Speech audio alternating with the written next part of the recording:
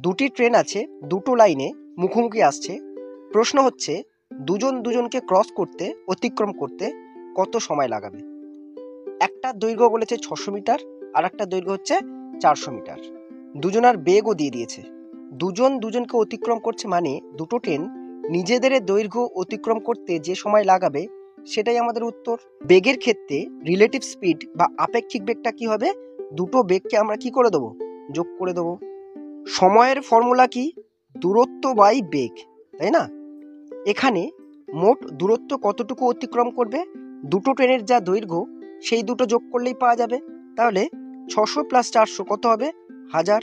Total বেগটা কত হবে, relative স্পিডটা কি হবে, যোগ করে যেটা পাবো 110 এবং 140কে কি করব, যোগ করব।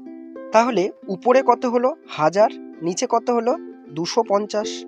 কাটাকুটি করো, 0 0 কাটলাম, 25 4 25 100। তাহলে 4 সেকেন্ড সময় লাগাবে দুজন দুজনকে অতিক্রম করতে। ভিডিওটি ভালো লাগলে অবশ্যই কমেন্ট করে জানিও। ধন্যবাদ।